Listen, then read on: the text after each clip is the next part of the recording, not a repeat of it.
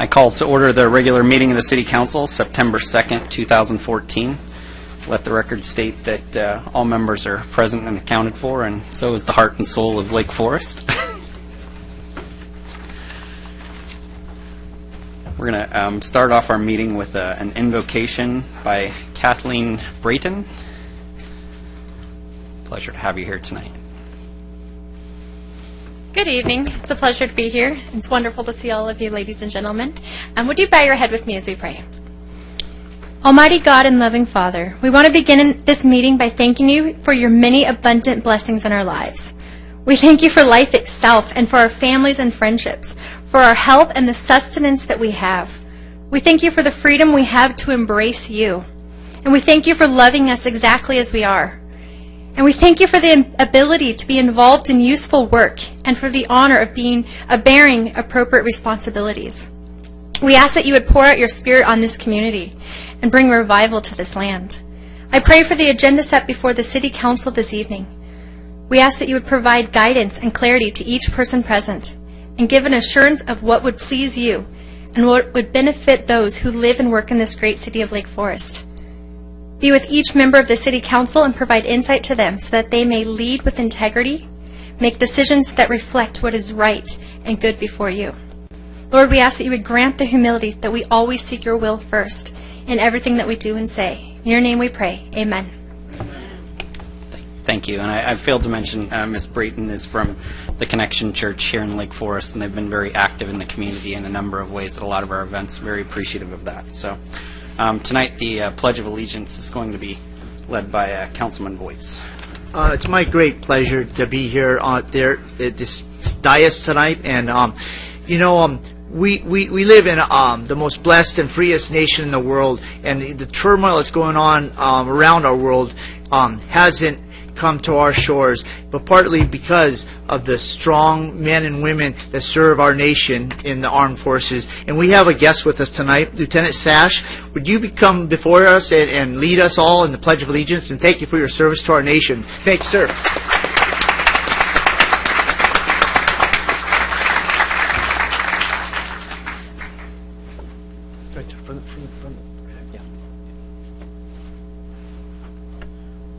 I pledge allegiance to the flag of the United States of America and to the republic for which it stands, one nation, under God, indivisible, with liberty and justice for all. Thank you, Lieutenant Sash. Yes, thank you very much. Mr. City Attorney, do we have anything to report out of closed session? There was no reportable action taken, Mayor. Thanks. Okay. I see we might have some presentations on the agenda tonight. So.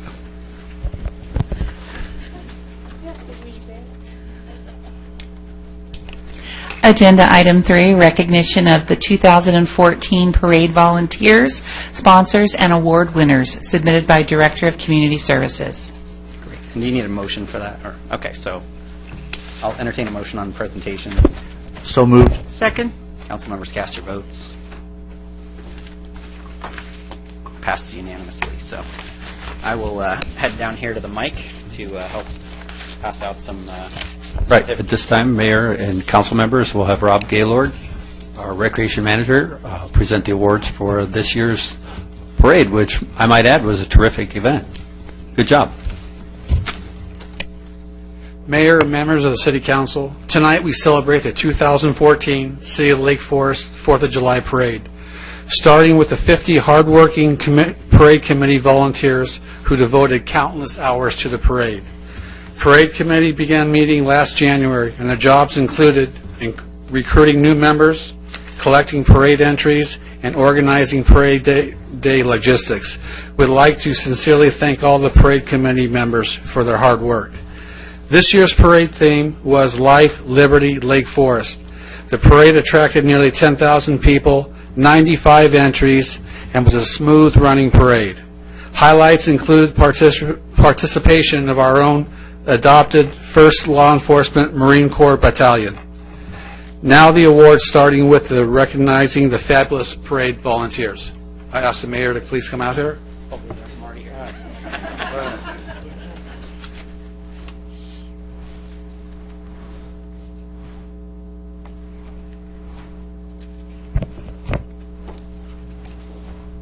Peter Albany.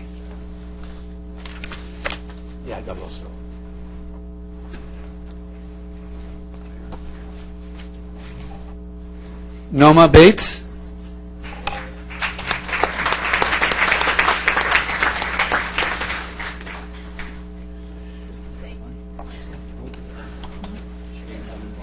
Sit down.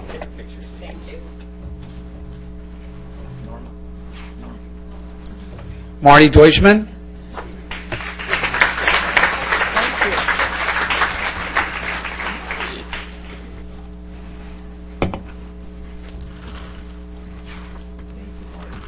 Robbie Deutschman.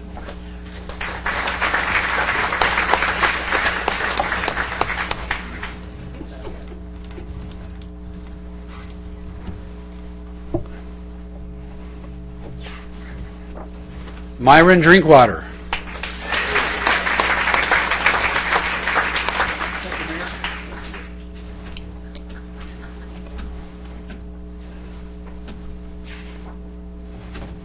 Patty Farina.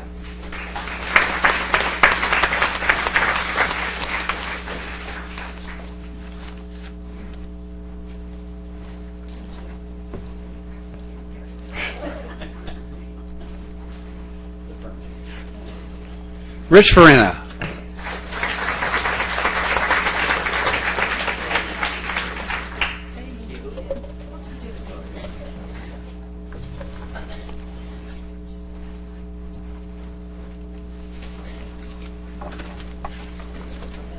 Jim Gardner.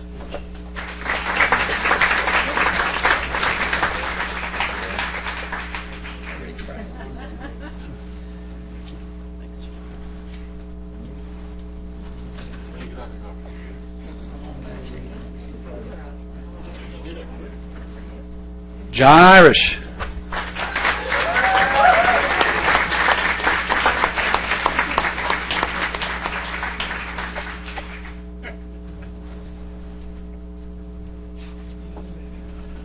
And Rosalie Irish.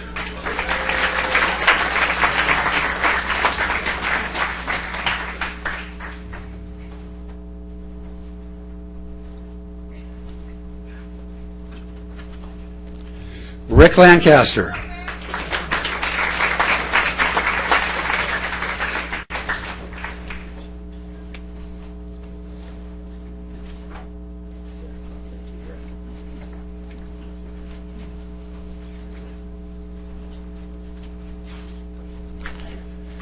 Gene Mastropietro.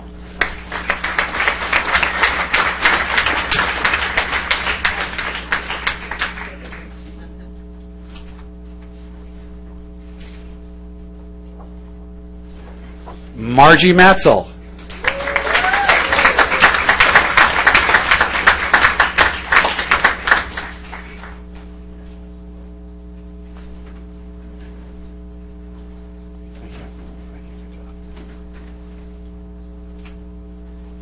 Trudy Myers.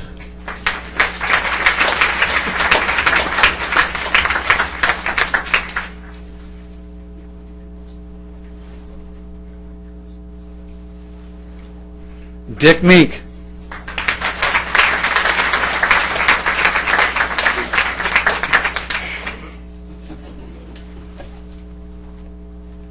Rosalie Patterson.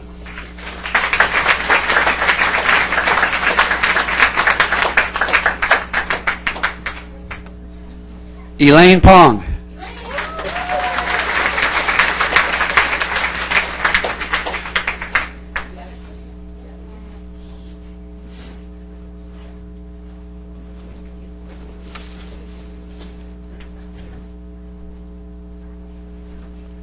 Cheryl Bashardi.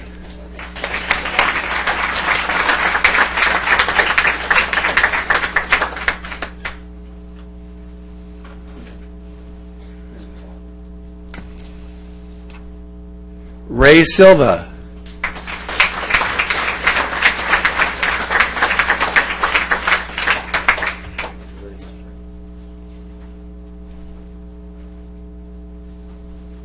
Sheila Smith.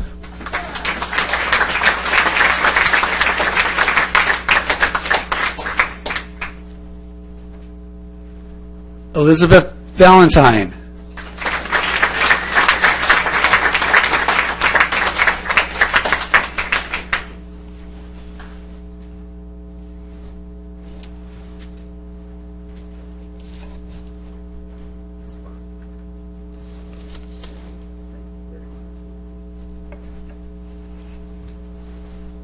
Michael Varma.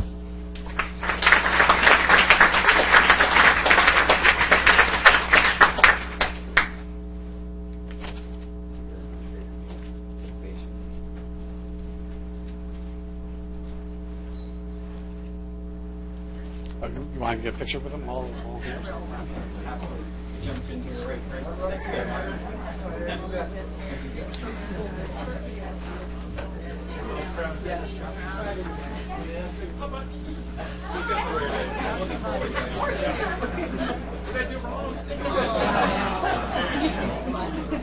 All right, ready? 1, 2, and 3.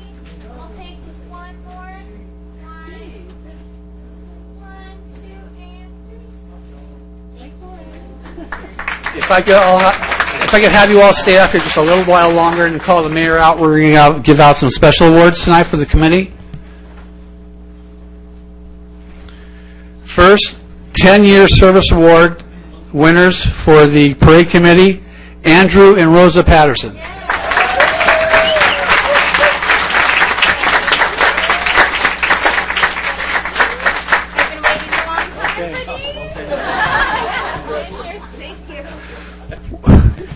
What they received was a nice jacket saying the parade committee. And our big award, a 20-year service award, Elizabeth Valentine.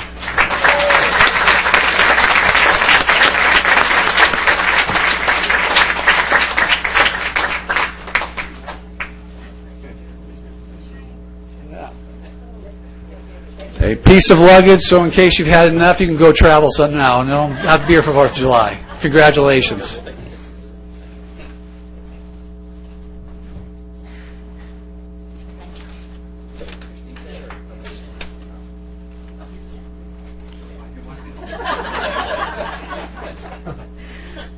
Now our parade commendations.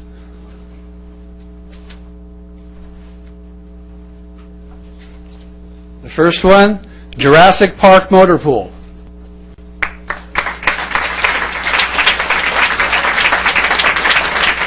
Couldn't make it. He's actually trying to get one of the RVs out of the mud. Okay.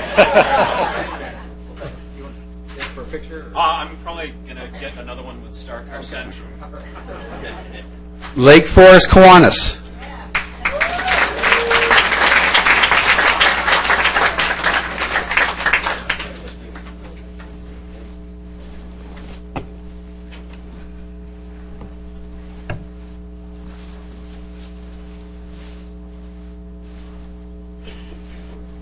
Lake Forest Explorer Post 449.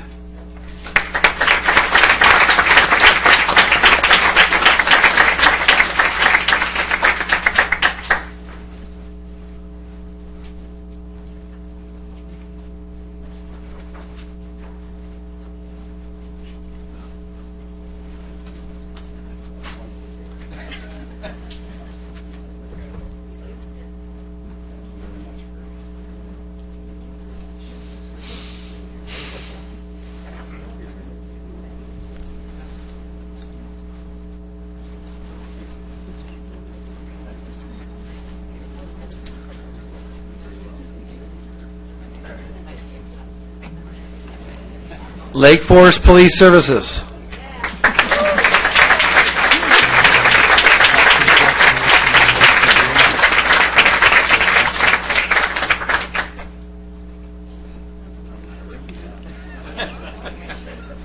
Lake Forest Stars.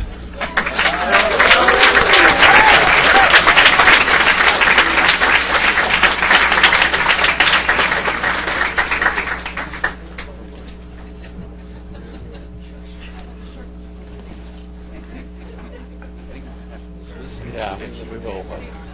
And then I saw Matt. Okay, lady. Okay. Yeah. How you doing? It's a long way up here. It sure is. Okay. Yeah. Okay, OCFA Fire Station 19.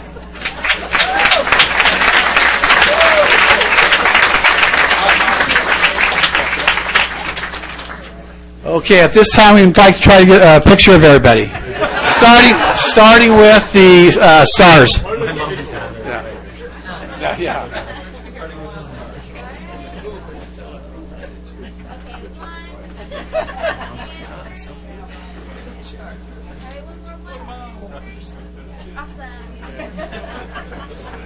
Okay. Now, police services. You're dismissed. Thank you. Thank you.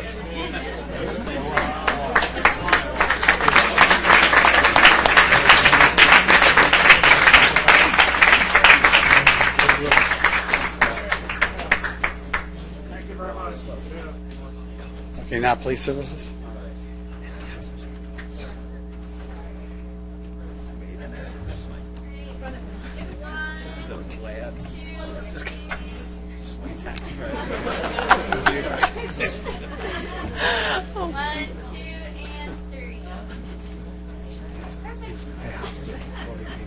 And now the Lake Forest Parade Committee.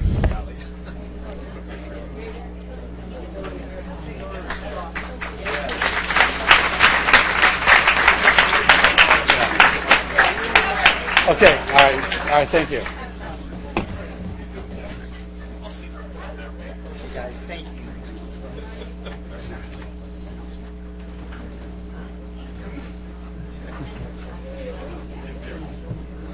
What's that? Yeah. Oh, thank you.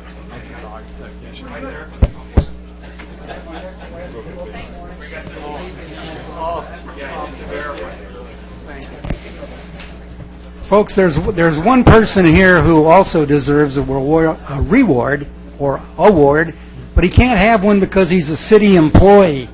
Rob Gaylord and I have worked the starting line for several years, and when I got thrown into the hospital right before the 4th of July, he picked up the football and says, "Don't worry about it, John, I'll take care of it." And he did. Not only did he do that, though, he showed up at 4:30 in the morning along with Lisa Tooley and Margie Matzel and just went through the whole rigmarole of what we in logistics do. Thank you so much, Rob.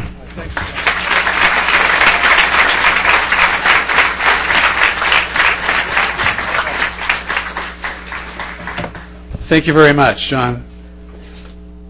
Okay, parade announcers. Paul Fay.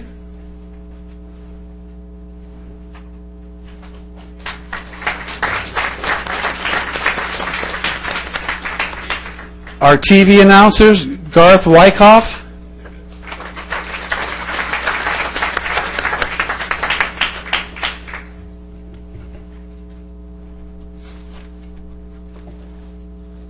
And Stephanie Smith.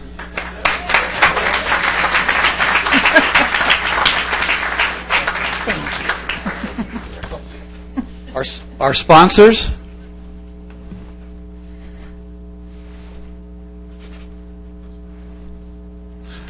CRR Incorporated.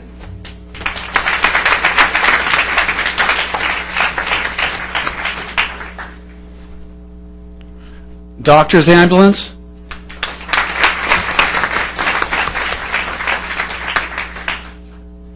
Brizio Pizza. Okay. All right, now at this time I would like to recognize our parade logo designer, Joanna Apollo. Is she here?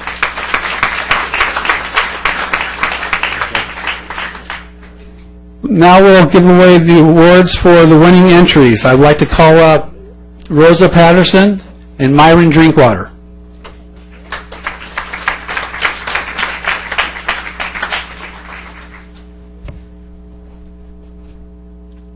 Okay, so the first award was the Best Theme Award, and that went to Freedom Village.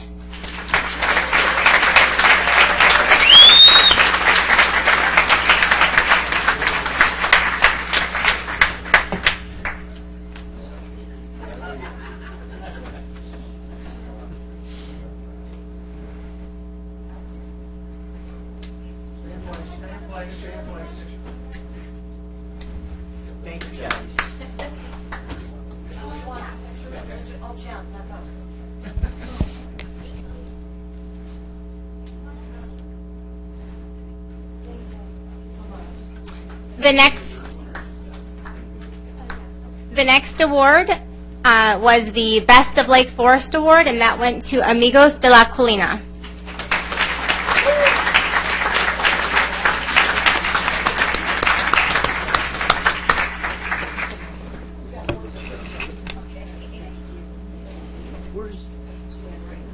Where's Victor?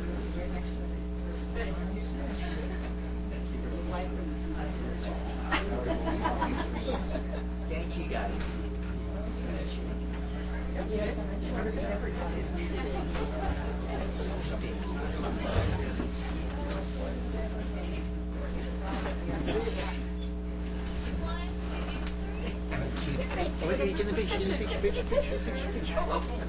Wait. Next come more.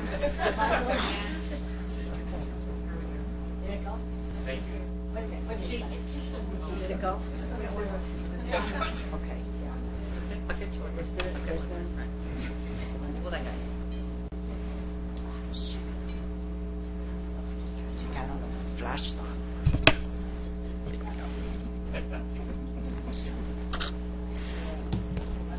Okay. All right. Thank you.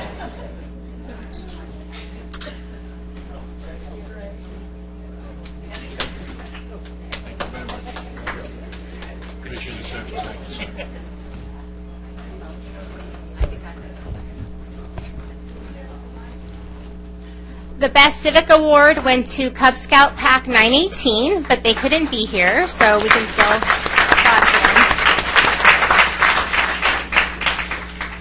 them. The Best Commercial Unit Award went to Etney Skate Park of Lake Forest, and I don't think they could be here either.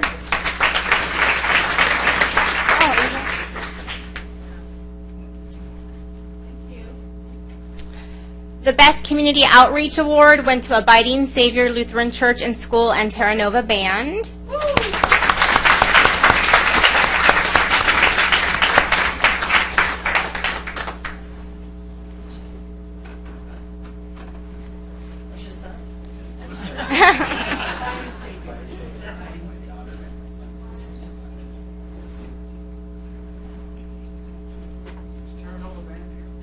They are not.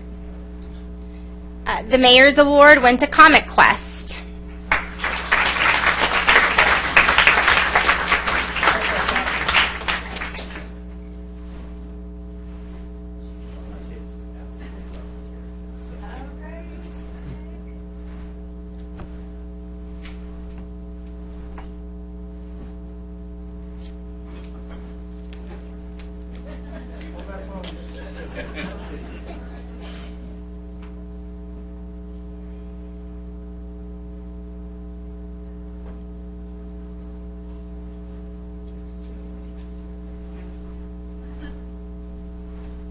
The Best Spirit Award went to the 1st Law Enforcement Battalion, United States Marine Corps, Camp Pendleton.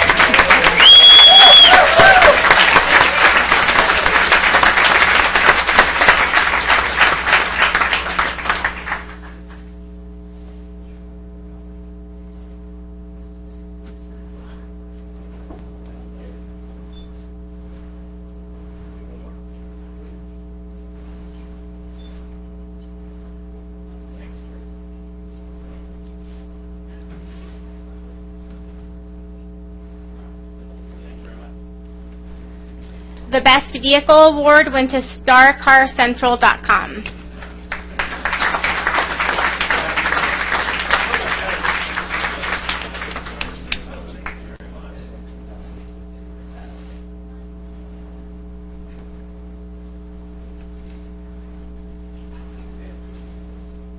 The Most Patriotic Award went to Santiago Church.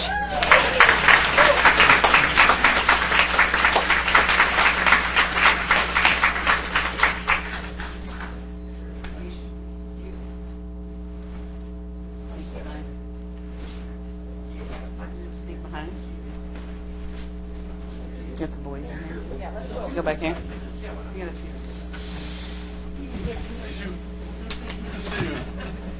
I want to be in that picture.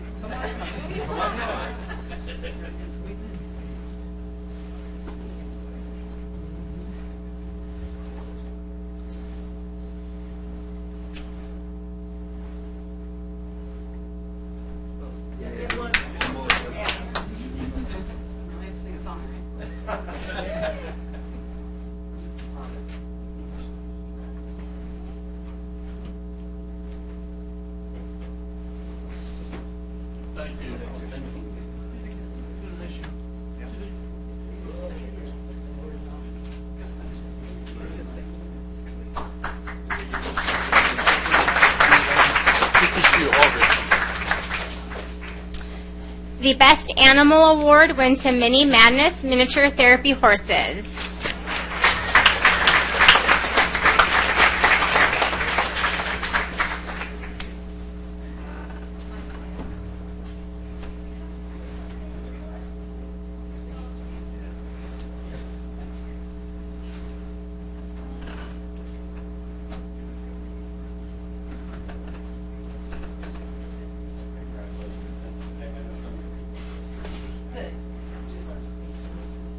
The Best Dance Award went to Zumba with Tanya and Friends.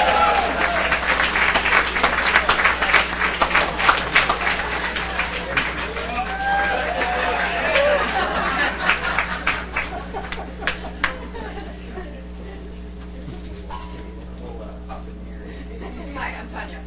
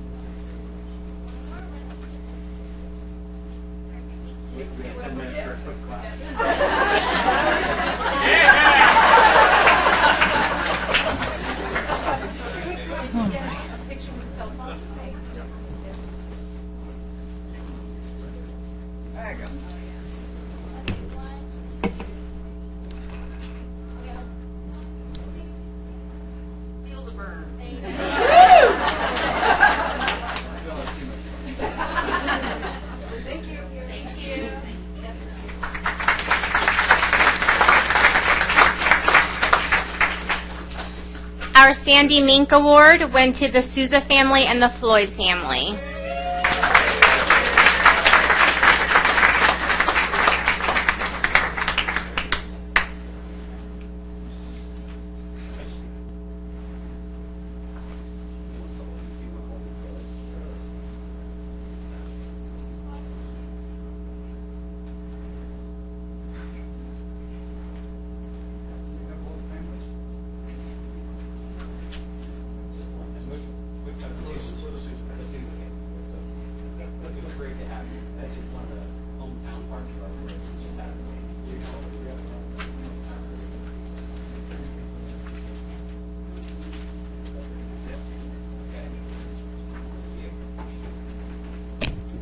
Well, that concludes our 2014 Parade Awards. We'll see you up here next year for the 2015 awards.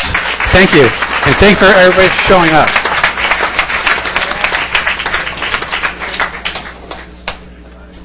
We're going to take a 2-minute break here just so that everyone can make their way out. So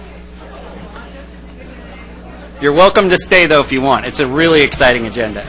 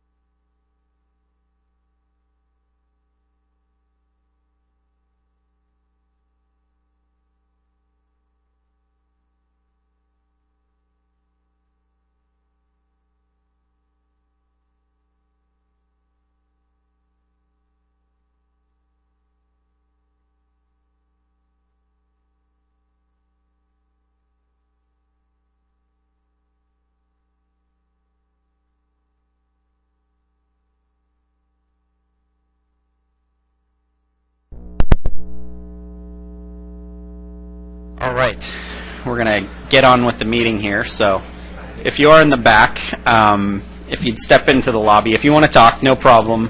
So, but Right. that was just such a fun experience. So we had a fabulous parade this year. I don't think there's any doubt of that. And it was really a pleasure being the mayor this year, having that opportunity. My kids really enjoyed the parade, and everyone did a fantastic job. So my thanks to everyone, and they truly are the heart and soul. It's all a bunch of volunteers that put this thing on every year, year in and year out, and had the opportunity to go to a couple of the parade committee meetings, and just a great group of people. So no doubt about that. All right. This brings us to public comments. At this time, members of the public may address the City Council regarding any items within the subject matter jurisdiction of the City Council. No action may be taken on items not listed on the agenda unless authorized by law. Comments shall be limited to 3 minutes per person, an overall time limit of 30 minutes for the public comments portion of the agenda. Any person wishing to address the City Council on any matter, whether or not it appears on the agenda, is requested to complete a request to speak form. Those are available under the exit sign over there. The completed form is to be submitted to the city clerk prior to an individual being heard by the City Council. Whenever possible, lengthy testimony should be presented to the City Council in writing with 8 copies and only pertinent points presented orally. Additionally, a request to register written comments form is also available under the exit sign over there, and you can submit that to the city clerk as well. Do we have some public comments on non-agenda items? Yes, Marcia Rudolph.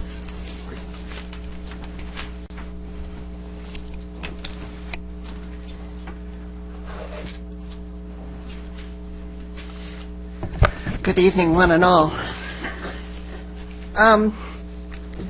Vector control report.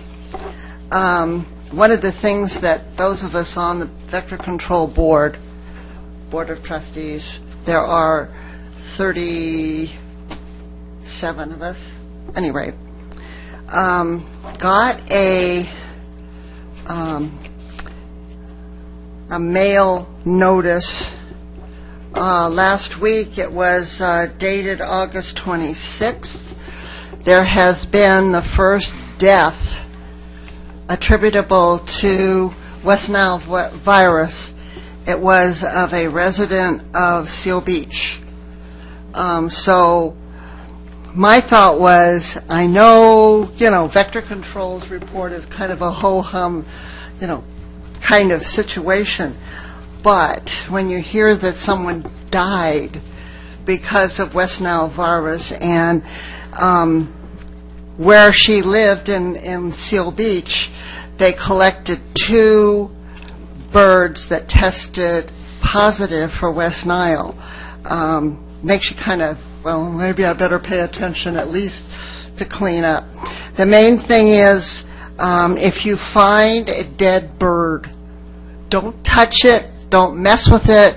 Immediately call Vector Control. They will send someone out to collect it, and then they will test it to see if it tests positive or negative for West Nile. Very important.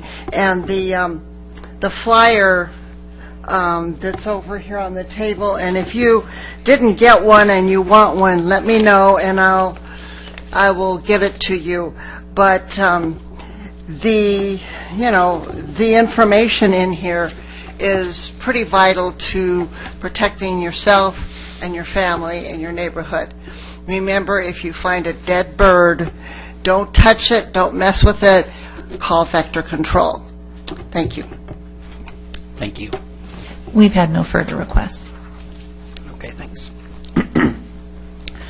At this time, that'll bring us to the consent calendar warrant register, item number 4. All matters listed under the warrant register are considered routine and will be enacted by one vote. There will be no separate discussion of these items unless members of the City Council, the public, or staff request specific items be removed from the warrant register for separate action. Have we had any requests from the public? We've had no requests. Okay, council members?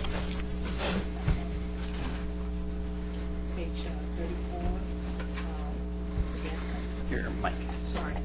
Page 34, the gas company. Councilmember McCullough, page 34, gas company. Mayor Robinson, page 17, Cummings and White, for the amount of $425.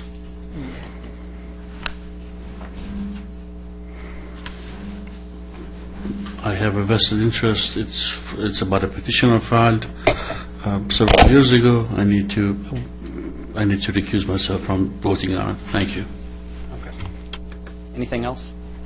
Well, just Mr. Nick won't have to leave if it remains on the warrant list, so that's fine. It doesn't need to be removed. You can just lodge an abstention. Okay. Any other items? Okay, we'll move the.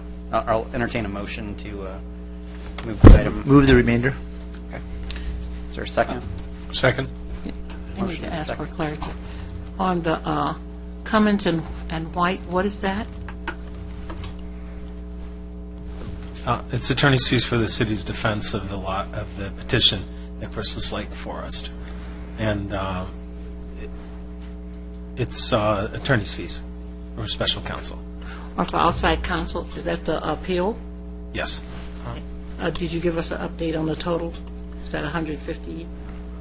We don't have that. We could get that from finance. I'm not involved in the day-to-day on that for a conflict of interest. So I can ask. Should we need to pull this off the agenda so we can discuss it? At this level, no. But if we can get the number, or if you want to discuss it further, then we should pull it. Yeah. Okay, let's pull it. Okay. So we're going to pull that item, and then also page 34. Yes. So I'll entertain a motion on the balance. There was one. There's a motion and a second. Second, yeah. My apologies. So council members, cast your votes on the warrant register excluding those two items. That motion passed unanimously. So let's start with the page 34. On page 34, I was just asking why we're paying. I just wanted to ask. I'm sorry, staff, I didn't get a chance to check with you earlier. Why are we paying the gas utilities for this? Mayor, members of the council, these are gas charges for common area facilities. Oh, for common area. That's all I need. Thank you. Move the item. Second. Motion and second. Seeing no further discussion, cast your votes. Mayor Robinson, if you don't mind, I'm going to step out. All right.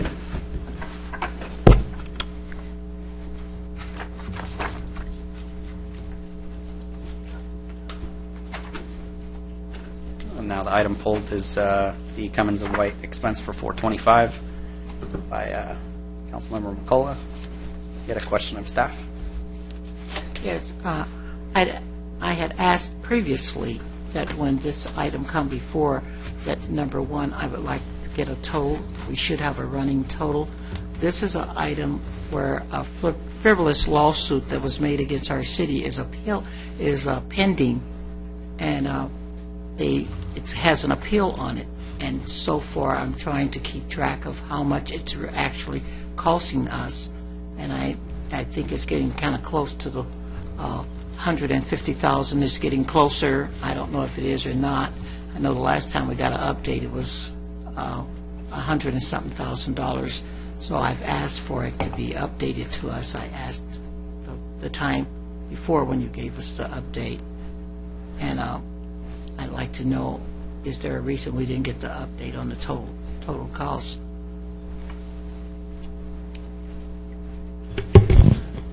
I don't have the total in front of me, so I don't want to say a number. But for now on, we will bring the total of the cost of anything with Cummings and White to the council meeting. I would appreciate and I can send that total to each council member tomorrow. You know, there is two of us still here on this dais and three that's no longer on the dais that we're not getting updates on what's going on. And me for one, and I know some of the ones that's not any longer on the dais that was named in these lawsuits. We would like to keep an accurate account of what's going on financially and what's going on in the lawsuit. So we would appreciate that. Thank you so very much. Scott had something in after that. I will move the item after your comments. You're one of the ones named in it also. So that information is fine with me, so thank you. Thank you. Move the item. Okay, there's a motion on the item. Second. Motion and a second. Cast your votes.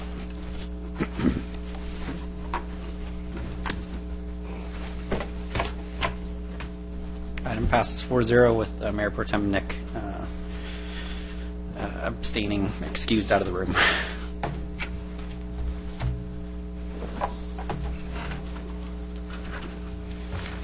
All right, that brings us to the consent calendar. Miscellaneous items numbers 5 through 14. All matters listed under the consent calendar are considered routine and will be enacted by one vote. There will be no separate discussion of these items unless members of the City Council, the public, or the staff request specific items to be removed from the consent calendar for separate action. Have we had any requests from the public? No, Your Honor.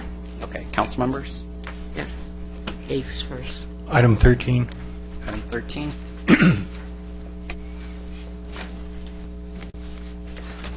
Any others? Yes, item 9. Item 9. And I lost my paper. The one on the securities, the park security. Item 14. 14. The security cameras? Yes, the security Okay, so cameras. items 9, 13, and 14. Anything else? Move the remaining. Second. That's a motion and a second on the other items between 5 and 12, excluding 9. So, seeing no further discussion, council members cast your votes on those items. Those items pass unanimously. That's 5, 6, 7, 8, 10, 11, and 12.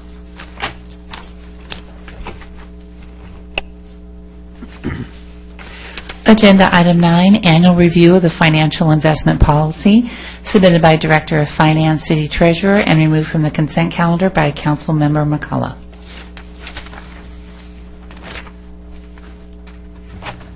Thank you, Mayor. I just wanted to note here on commercial paper, it wasn't clear if we were investing in commercial paper or not. When I looked at the chart, I wasn't totally clear, and I know doesn't have the low risk as much as the others because the state, the federal really put a lower investment capability on it. In the past, we generally just didn't invest in it. But unless I'm mistaken, is there a 5% we're investing of our portfolio, or is that just down here for the issued limit? That is just for the limit. Currently, the city does not have any commercial paper. Currently, we just have agencies and investing in LAIF and the California Asset Management Pool. Thank you. We'll move the item. It's a motion to move the item. Second. Support. Second.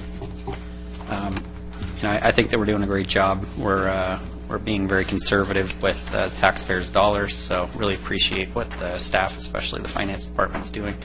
And so, seeing no further discussion, council members cast your votes on item 9.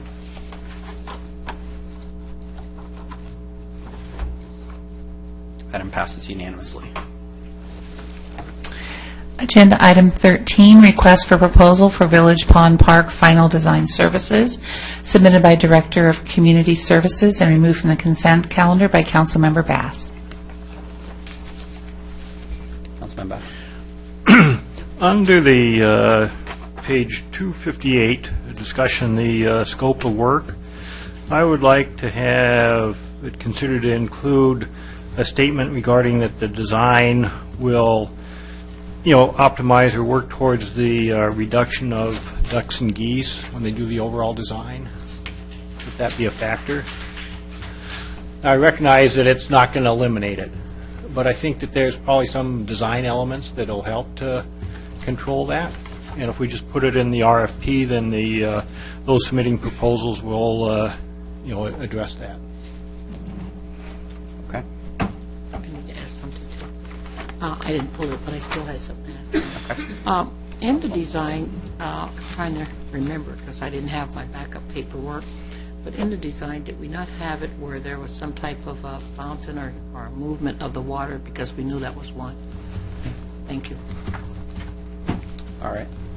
So, specific request from Councilman Bass to include some language there. Does staff have any comment with respect to that? Mr. Members, Council, that'll be fine. The staff will interlineate a line that relates to that issue to minimize it. That's what the conceptual design is doing, and so we'll just ensure it follows up with that. So with Council's concurrence with that, then the staff will just make that modification and put the RFP out on the street.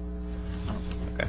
And actually, at the top of the page of 258, it says modify the habitat at Village Pond Park to address both the waterfowl population and modification of the filter system to provide improvements of density and just adjacent community. It says about the overpopulation, to discourage the overpopulation of waterfowl.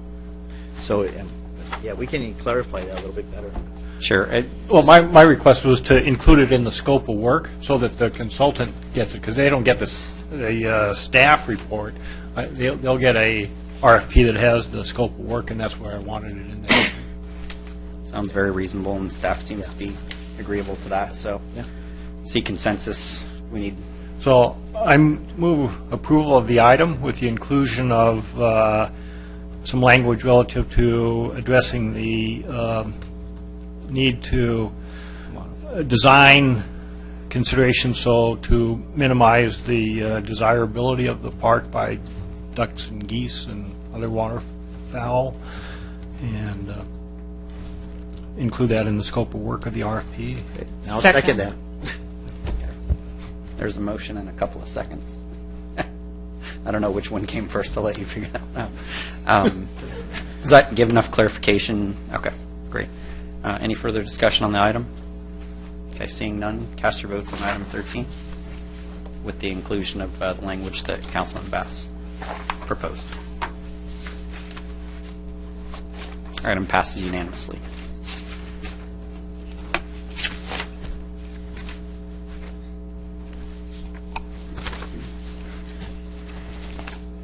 Agenda item 14, contract award for security camera services at the Lake Forest Sports Park and Recreation Center, submitted by Deputy City Manager, Director of Management Services, and removed from the consent calendar by Councilmember McCullough.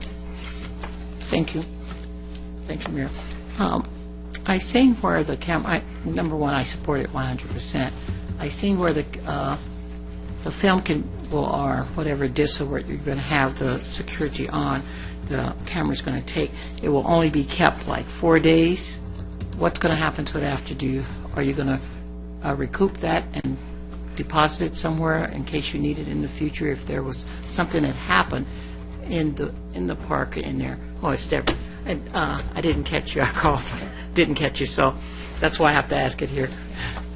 Mayor and members of the City Council, our intention is that if there is an event, if there's something that happens at the park where we need that video imagery, we would capture that and save it. Our intention is not that we're going to automatically save every bit of footage that we take out there. It's just we feel that if there's some vandalism or if there's an event that happens where we need that to save that, we would know within 4 days and would be able to capture it and save that off-site. I just thought that was a short period, but I'm glad you will be monitored. So that means you're going to monitor them and then make the decision before you destroy them. Correct. Okay, that's what I was concerned about. Thank you. I will move the item. Second. Motion and a second on the item. Any further discussion on item 14? Seeing none, cast your votes.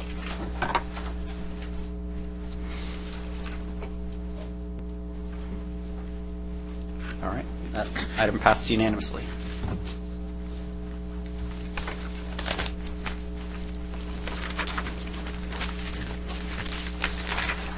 Brings us to the public hearing portion of the agenda, item 15.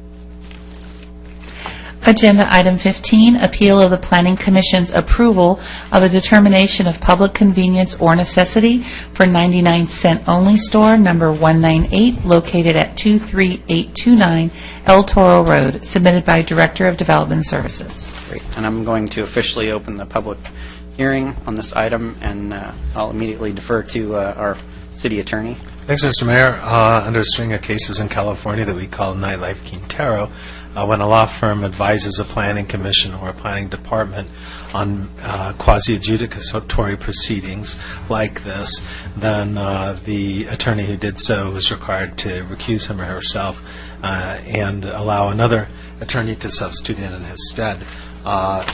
Jacqueline Vinaccia from the Lounsbury firm in San Marcos is here this evening to substitute in and advise the council. She's briefed up and studied up and ready to participate with you. So she and I will trade places at this point, as have Ms. Kuda and Ms. Ackerman for the very same reasons on their side of the table. Great. Thank you very much. Mayor? Let's get the city attorney in place and then... As they're getting in place, I would like to speak before we actually start the hearing. Okay. Before you go any further with it.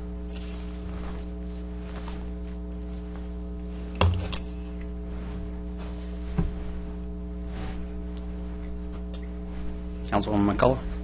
Yes. I'm asking to speak on this before you actually start the hearing because I feel that there is a problem that needs to be handled, and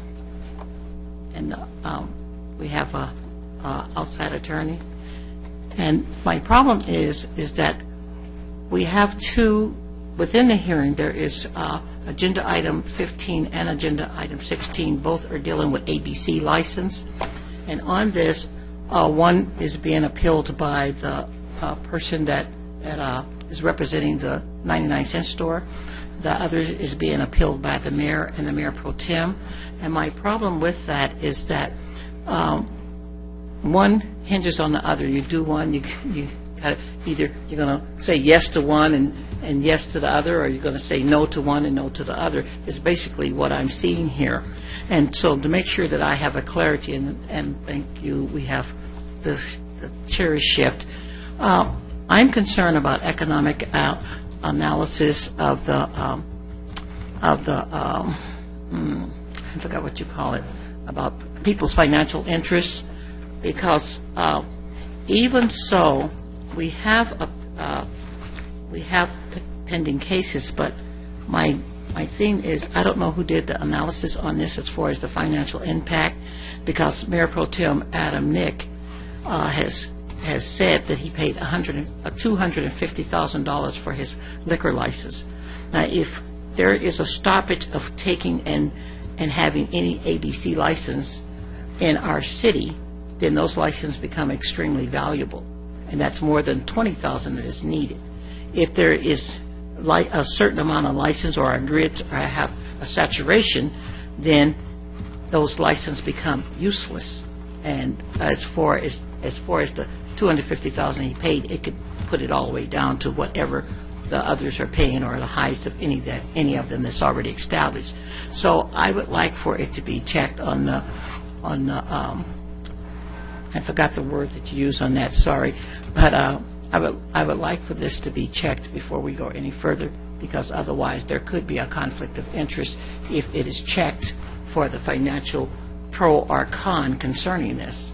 And I do not feel that he should have been allowed to do an appeal on it because of his maybe directly interest in there with the over the $20,000. I think what the council member is talking about is the materiality prong of the conflict of interest analysis that's performed. And that is not something, the actual analysis is not something that can be performed by the city attorneys, because we are not experts in that area.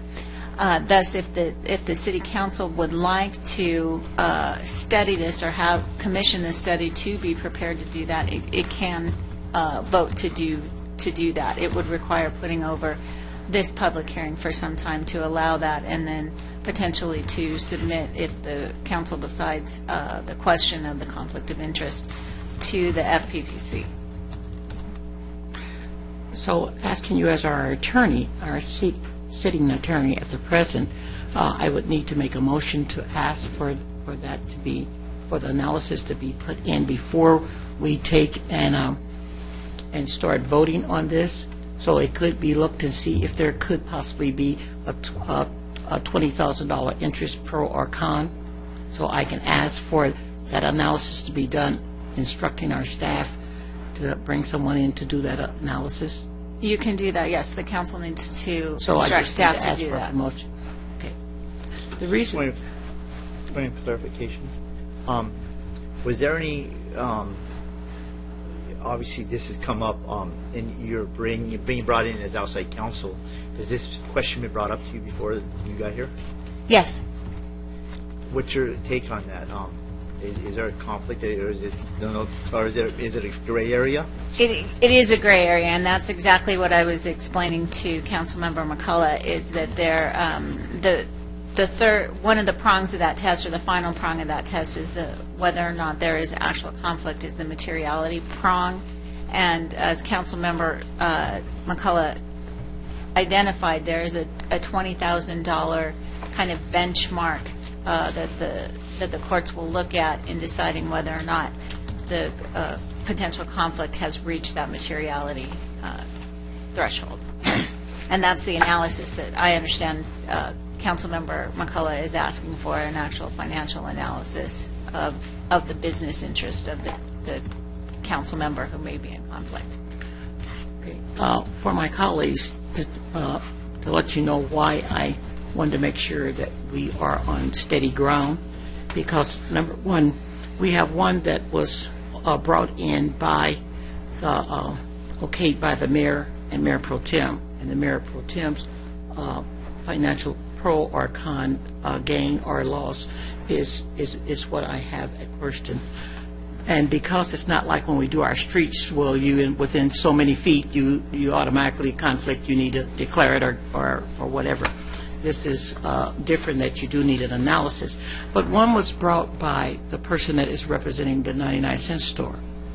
And I do not want, I'd rather for us to take and pause and get an analysis, because otherwise, if we say yes or no, and the one that's brought by the 99-cent store themselves, then we are leaving ourselves, if it comes out that they ask for analysis, they could take and take us in court, because we have done them an injustice by letting somebody weigh in and bringing the appeal without doing our analysis and knowing that they were more than 20,000, or if they're less, there's not a problem. But if it wind up that it was more than 20,000 possibly, then we could be sued as a city, and God knows we don't need any more suits.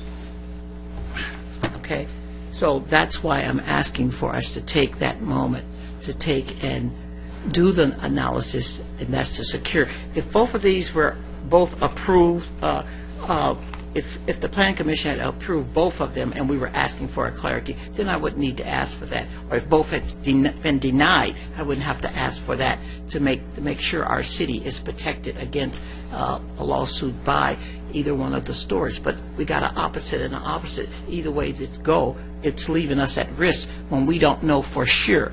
There is not one attorney, our seated attorney or our regular attorney or even our staff, that can tell us for sure that it will not be plus over that $20,000, which would put this city at risk.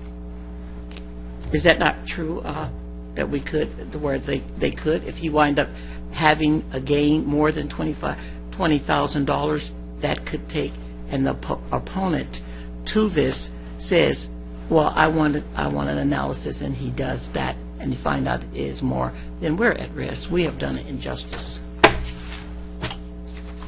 I'm not really sure I'm understanding the question being posed, but no, the attorneys are not in a position to answer the analysis question. No, they can't do it. Right.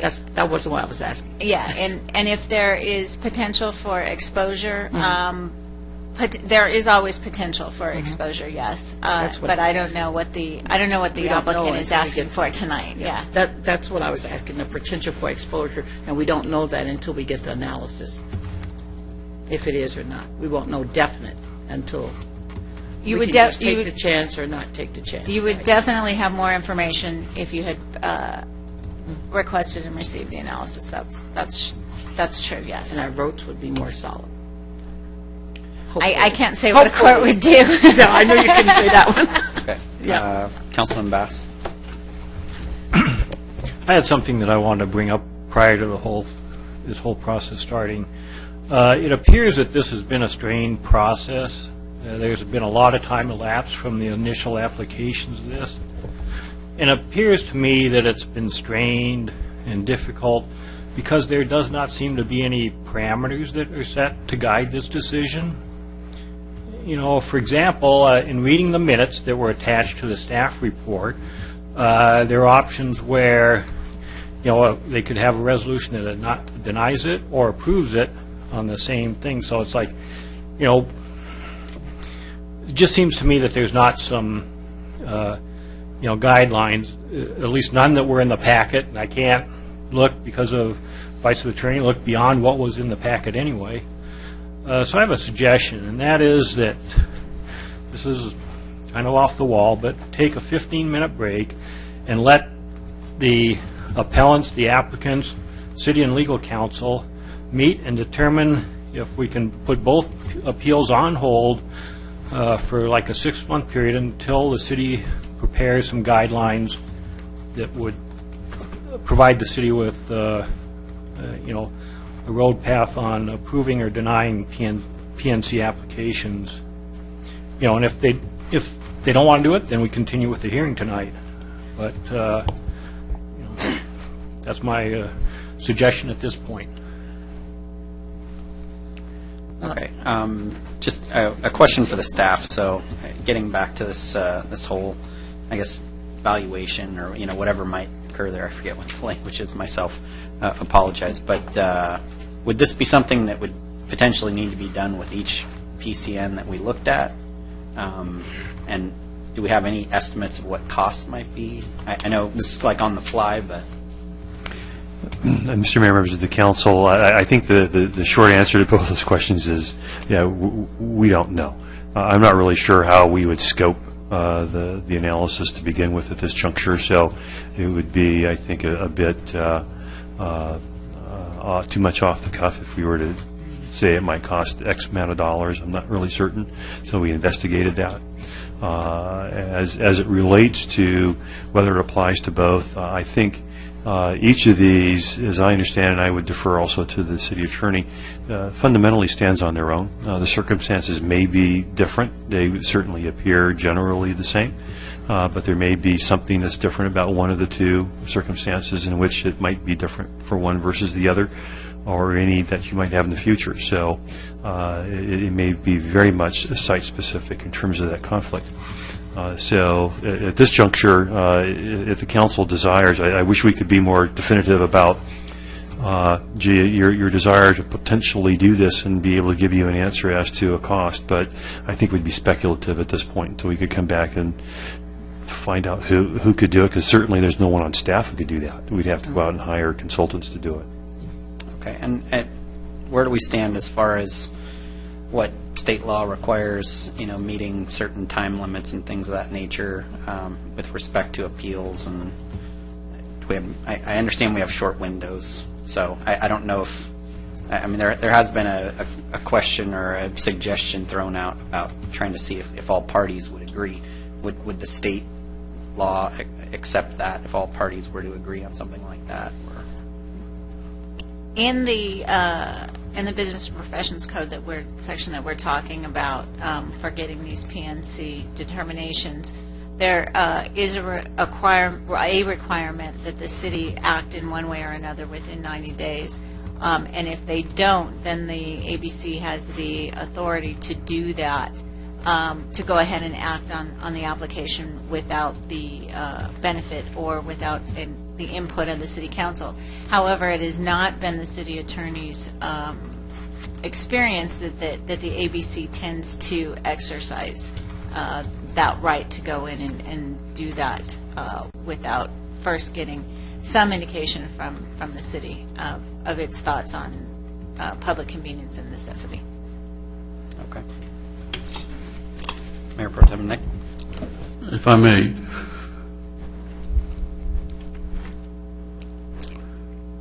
ABC has 90 days from the time the application is submitted.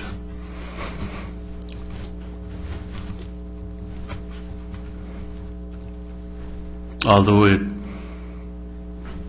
irrespective of what the city decides, ABC has the exclusive discretion to do as it pleases. That's a fact. That's the law. Secondly, the 90 days is extended by however many days it takes the city to go through its process. So ABC is not going to rush the city, nor are we in a rush for ABC's purposes.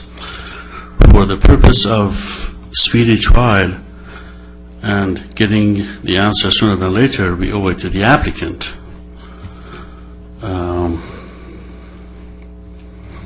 to process the application swiftly. But again, as far as ABC is concerned, so long as we're going through the process at the municipal level, ABC will be fine with it. As to the hyperbole nonsense that you heard Mrs. McCullough enunciate, as she often does, Let's try to... Excuse me, Mayor? the law says that I, in my individual singular capacity, can determine whether there is a conflict of interest or not. In prior occasions, Mr. Smith and I have spoken about this, and we are determined that there has not been a conflict to the tune of $20,000 a year impacting me profit-wise. Put it this way, if every business in Lake Forest who carried alcohol could negatively impact me by $20,000, I would be a billionaire. $20,000 in profitability in relation to alcohol sales is equivalent to about $400,000 in gross sales for alcohol-related products. Now, somebody who has had businesses knows that, understands what I just said. And those who don't.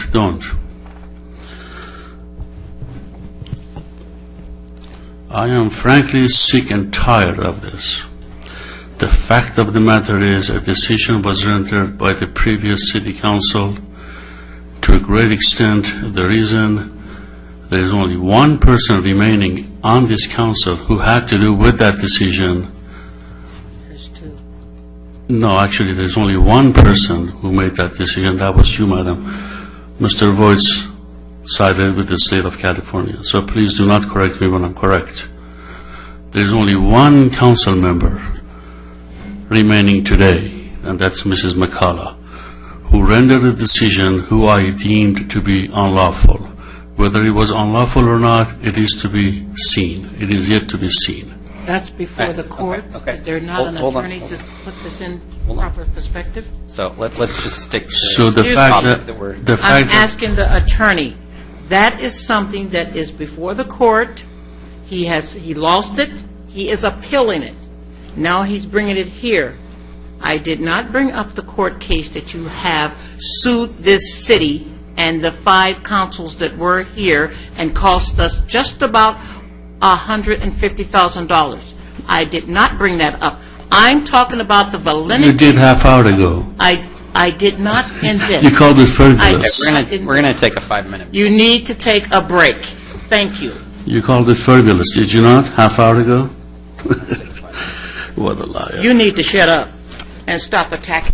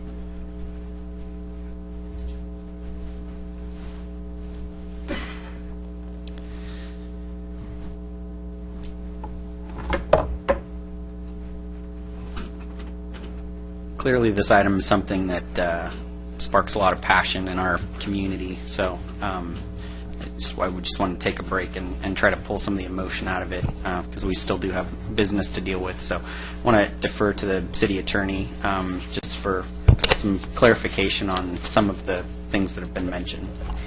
I just wanted to clarify the materiality issue that's before the council tonight, or with regard to Councilmember McCullough's earlier comments. The $20,000 issue, to be identified as a material effect on Councilmember Nix or Mayor Pro Tem Nix business, it would require an increase or decrease in the business entity's gross revenues for a fiscal year by $20,000, or an increase or decrease of the value of the business entity's assets or liability by $20,000 or more.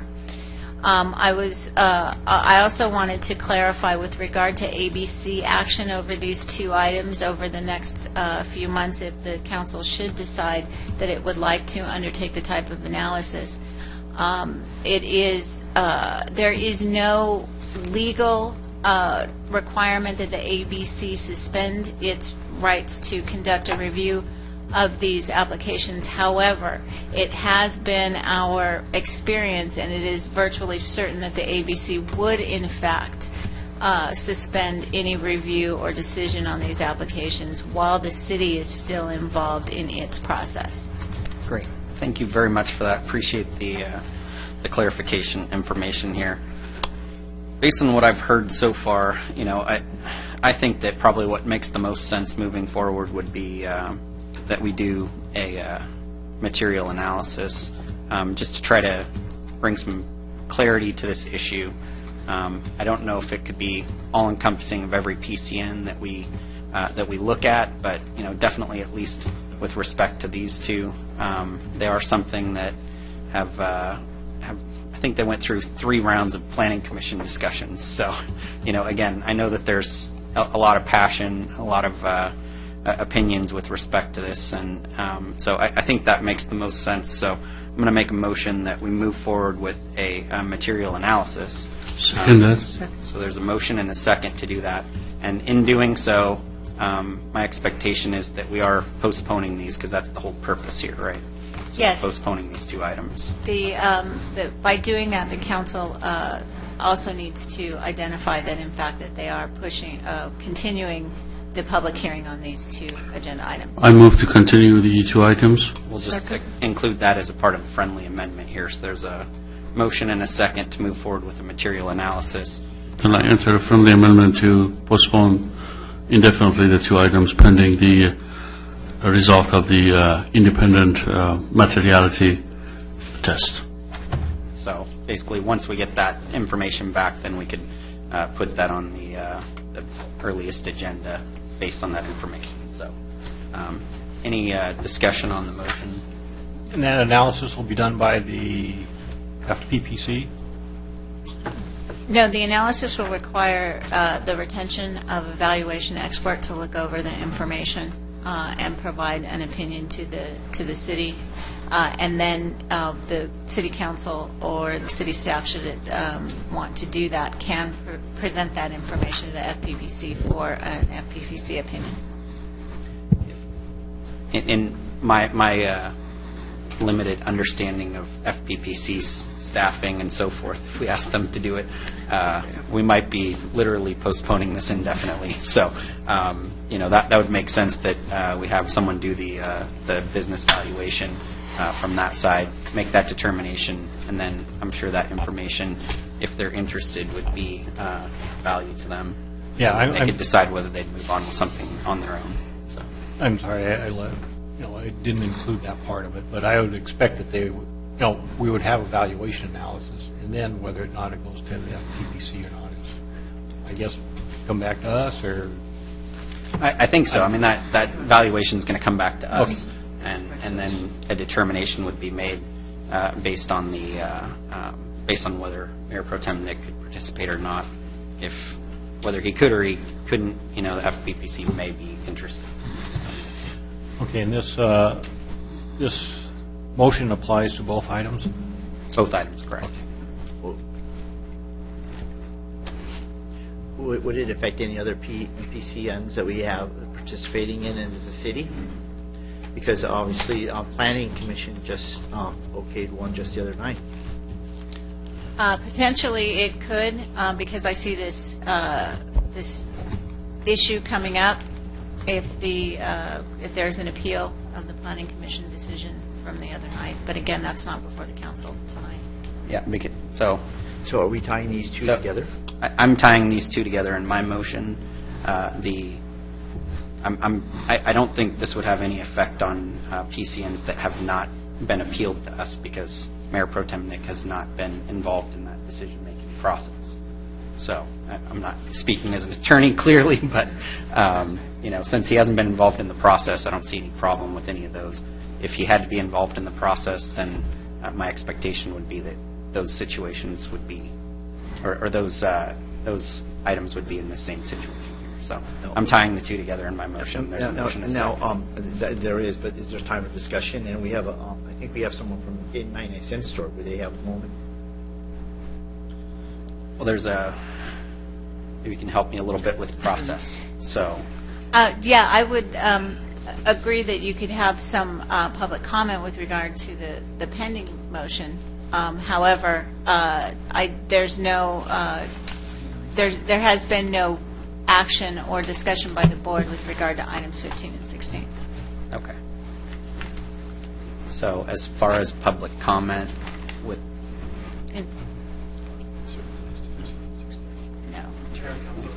Scott Smith, representing the staff, and this is sort of a corporate Brown Act issue. What city are you from?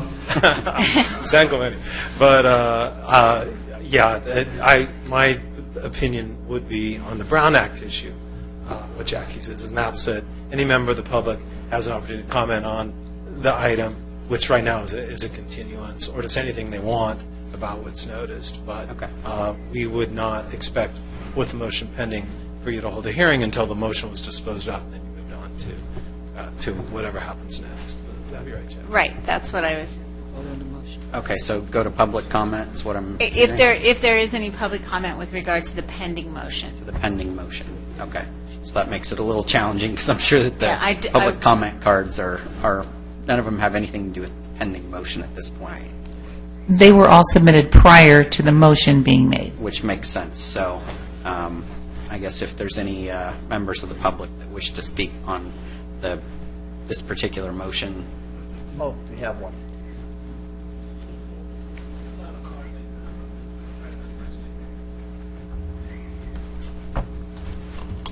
Good evening. My name is Jim Gardner. I live in Lake Forest.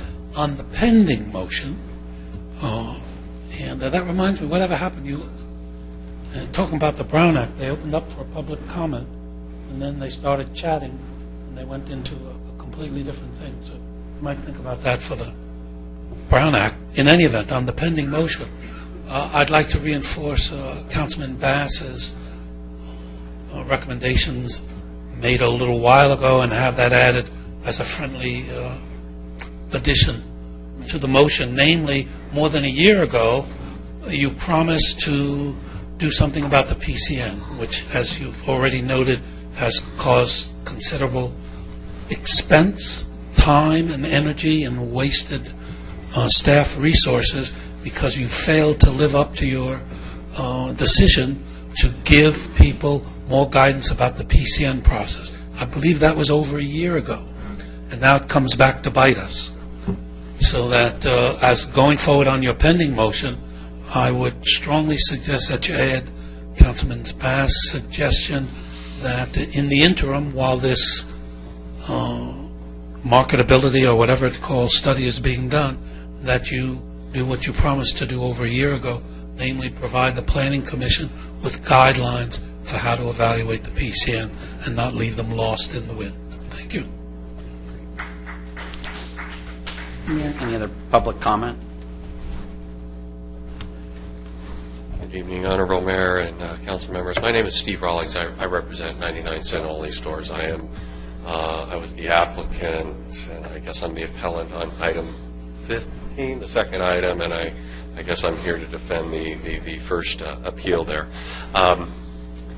We have been through, we first filed this in September of 2013, and now it is September of 2014.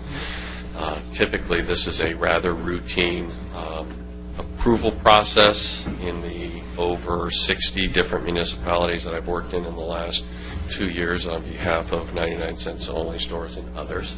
But I do respect the process. I served on a planning commission myself for 5 years, so I do understand the process. On behalf of 99 Cent Only Stores, we certainly want the process to be correct, and we certainly don't come into any community looking to cause any problems for members of planning commissions, members of councils, members of the citizens, of the community. We have prided ourselves on being a valuable asset to each and every community that we have served and grown a customer base for. We have been changing our business model into much more of a grocery-oriented type of business, and we found to be competitive we need to offer beer and wine. So this is not the only community that I'm working with to move forward and ask for permission to be able to sell a small quantity of beer and wine. So with that said, obviously we are interested in moving forward as expeditiously as possible. It is my understanding, without having I have not dove into all of the issues that have become rather apparent to me, and nor am I here to make any kind of judgment whatsoever on that. I just would ask that we obviously as a business, we would like to obviously bring this to a reasonable conclusion in a rather expeditious period of time. We respect the council's decision to possibly look into some other issues, and we certainly will wait patiently. I will, fortunately or unfortunately, be back here for about a fifth time, I think, but that's okay, because I do respect the process and I respect everybody's position. You guys don't get paid enough money to have to put up with people in the grocery store bugging you all the time. But on the other hand, too, we do feel like we would like to move this thing forward, and all I would ask is that this analysis and decision don't go on for months and months and months and months. I understand that there is a process and you may have to approve a budget and so on and so forth, but my only request is that we have patiently worked with your staff and your planning commission, and again, we look to be a long-term business member in your community, and hopefully viewed in a very, very positive light. And so with that, I certainly will support whatever decision is you folks make here this evening. All I ask that is, if you do delay it, I hope I'm not here in another year. And in the meantime, if you guys will go out and shop at 99 Cent Store every day, we would greatly appreciate that. So anyway, with that, thank you very much. Thank you. Thank you. We do claim to be a pro-business city. Mayor. Good evening. The only thing I want to do is to make sure that I still have my place to public or to comment on this project when it finally comes up for a final vote. I'm looking at Stephanie to see if that's the truth. Absolutely. So I still have my... Yeah. Thank you very much. This is a tough one, but this isn't the only tough one you've had, so God bless, and we'll get it done. Hold on one second. I'll come back to you in just 1 second. I just wanted to address the comments made by Councilmember Bass, and I appreciate what you've suggested. I think that the outcome of this decision kind of hinges on that. I don't think that we'd be able to have that discussion, the wider discussion that we want to have about policy for the Planning Commission, without first getting to this. So I'm supportive, not today. I'm not going to include it in the motion, but I am supportive of what you're suggesting there. And, so for that reason, I'm just leaving the motion as is with the friendly amendment. And I think the staff definitely understands that we want to move expeditiously with this. I think all 5 of us feel that way. So. Right. And I would not have included it as part of this motion. I would have done it as a separate item anyway. Sure. Understood. Thanks. Thank you, Mayor. What I was doing is I wanted to ask staff about how long it would take, because Councilmember Bass had said 6 months, and I didn't want to hold everything up for 6 months, because this may be able to be done in 30 days or 60 days or whatever, and I want us to be able to move forward, because a part of his motion said stop everything to then. So you already took care of that, and I thank you for it. And Dave, when you get ready to make the motion again, I'll be willing to second. Okay, so I think expeditiously is pretty clear to the staff, and we all feel that way. So there's a motion and a second. Is there any further discussion on this motion second with the friendly amendment?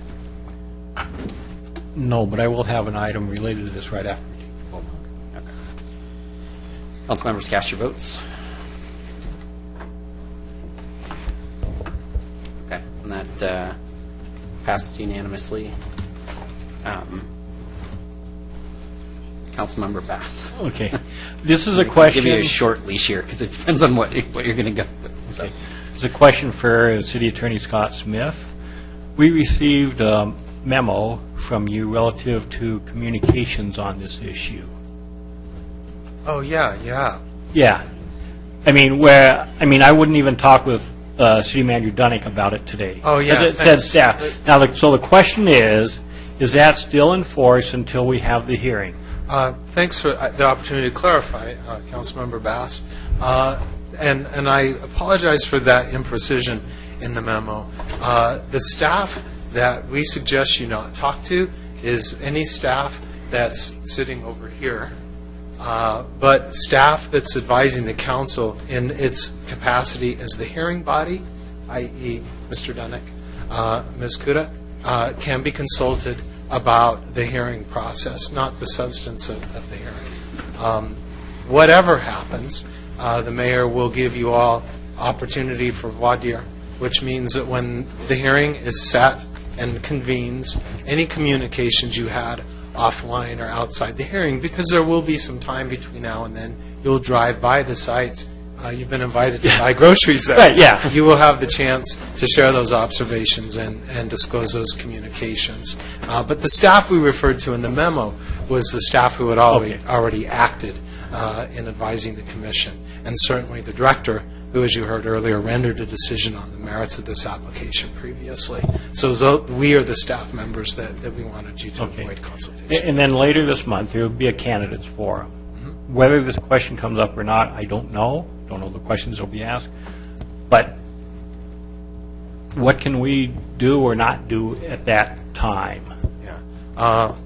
What each member of the public has a constitutional right to do is to ask you about anything that's before the City Council. I think, and I'll look at Ms. Menashe to see if she agrees, that you have the ability to respond to that. What we don't want you to do is pre-commit a decision on a specific application in a candidates forum. You wouldn't do that probably anyway, and it's really important here not to vote before you hear. Right. Okay, thank you. All right. So just for clarification for everyone, we've continued those 2 items based on the outcome of this valuation analysis. So I think that brings us to city manager comments. I have nothing further this evening, Mr. Mayor. Okay. And then that brings us to council comments. And I know that we've had a heated evening in just a short burst there, not much, but I just wanted to remind us all, let's just be respectful of one another. I know that you're passionate about what you want to talk about, whether it's things you've attended or things that you want support on to be put on future agendas, but let's just all try to be civil and respectful of one another. So start with Councilmember Bass for council comments. Okay, just the other day I had a friend of mine approach me and tell me that he had goes out walking periodically in various parts of the community to walk through Tamarisk Park, and said that it was just a fabulous job in the renovation of that park. So I wanted to pass that on to staff.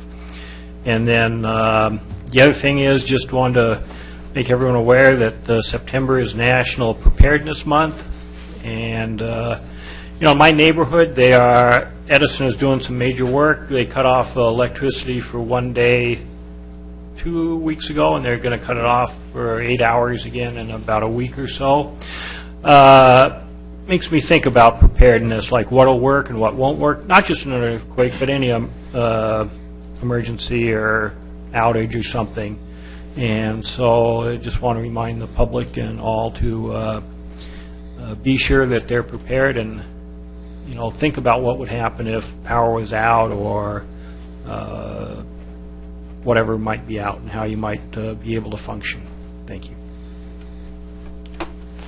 Councilmember McCullough. Thank you, Mayor. I'd like to do my 1234s short list. I attended the Housing Community Development, and I was reelected as chair over Orange County Housing, and we are involved in getting ready for the armories. We do have a couple of 24-hour shelters that we're going to be investing in, along with some vet money, some mental health money, and some rapid rehousing to try and put in some more housing. We have some more affordable housing that is opening, and some city senior housing. When we have the opening, I'll report on that. 2020 Commission, they've decided to start having the 2020 commissions to go to all the commissioners' cities, because there are people that are homeless that do come to the committee, and sometimes they can't get there. And so Lake Forest need to take a turn on next year's schedule to have one of the 2020 committees here, and hopefully our homeless resource officer can attend and give them a little input on what's going on with our homeless in our city. Orange County Fire Authority, we do have an interim chief. We have officially sent out our solicitation for a permanent chief. We're going to kind of grind it down to 3, and then we'll be picking from those 3 very shortly. We have another meeting coming up, and hopefully within the next 30 to 90 days we'll have a new chief aboard. And hopefully everybody had a good, safe holiday. I see you're here, so it didn't seem like we had any emergencies. And thank you very much. Councilmember Wojts. Nothing further. Mayor Pro Tem Nick. My father defined democracy in many ways, more than you can imagine. I remember once he said, democracy is a mechanism. I'm going to wait for James Gardner to come back.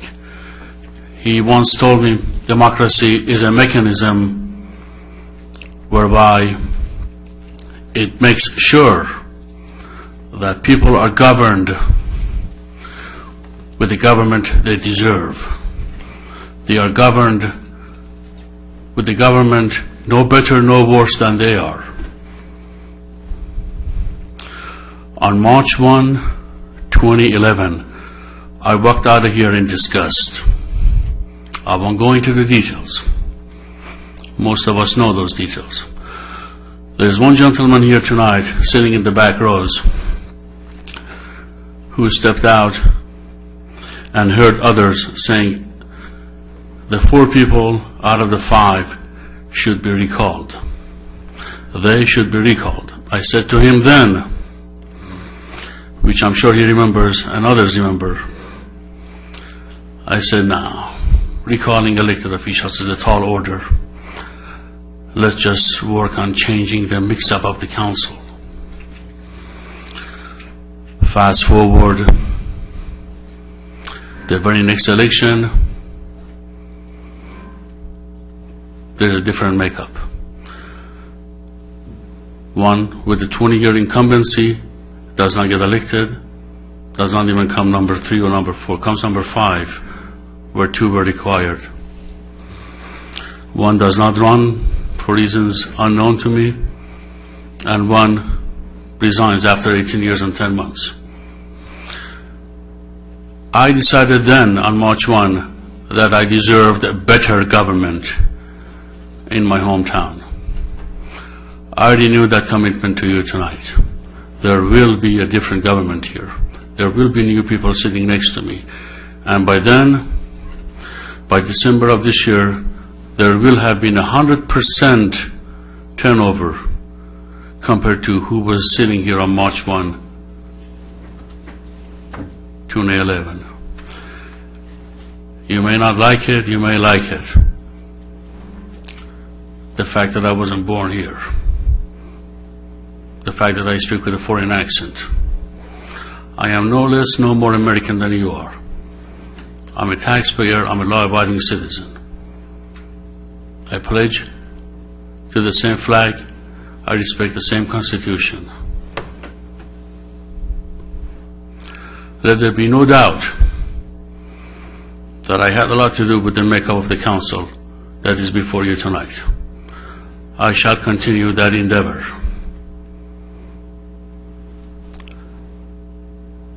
That's a promise. Shut up, is what you heard. She told me tonight.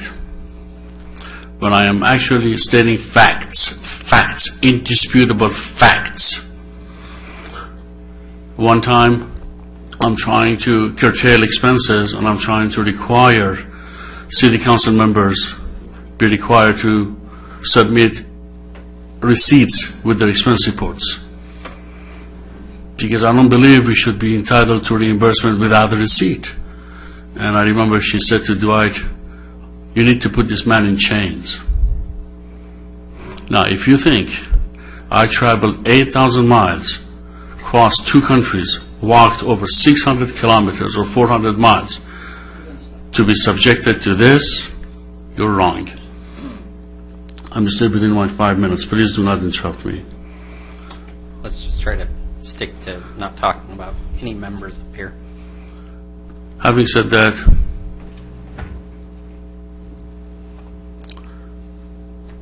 I wish each and every one of you the best in life. I have done in my capacity for the last year and a half to do just that. I will continue to do so for as long as I have the honor of representing you and your best interest. Thank you. And with that, I'll adjourn the meeting. Thank you.